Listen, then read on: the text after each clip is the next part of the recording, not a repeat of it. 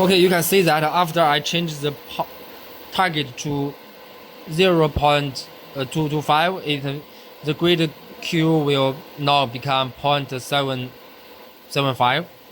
Yeah, it's about after calculation, it's about 3.5 amps. And let's see also on the device.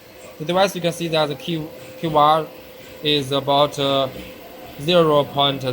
0.8. It will have some difference. It's because the CT is big, the ratio is big. Now we have 300 CT, 300 divided by 5, 300 to 5 CT, and you can see that the kilowatts at grid is now in lag condition. Okay, if I change it to -5, it will try to maintain the grid Q to a minus condition. You can see that it's now -7, and also you can see from the kilowatt, it's about minus capacitive 0.7 value. Yeah, it means this is our target function, and if I change this value to above 100, it means power factor target. I set it 900.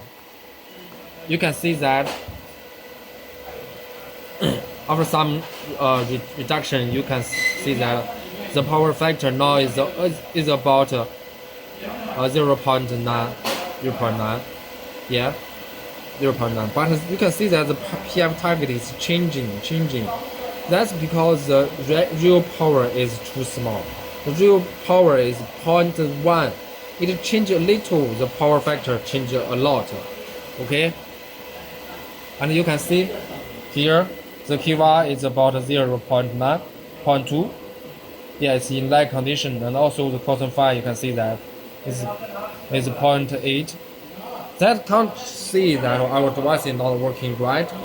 But the cosine phi from this meter different from what display on our device is a result from the tiny real power. Okay.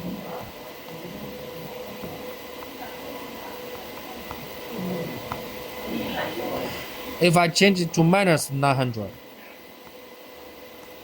the device will try to maintain the power factor at the grid side to 900, -900, -0.9.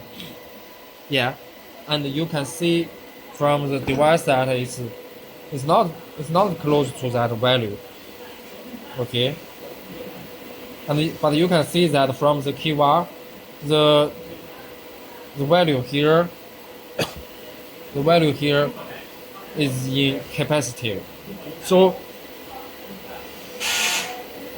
okay, so let me conclude. You can see that our device is compensating mostly the reactive power, but for a tiny real power, the power factor or the cosine phi will not exactly towards our SVG calculator.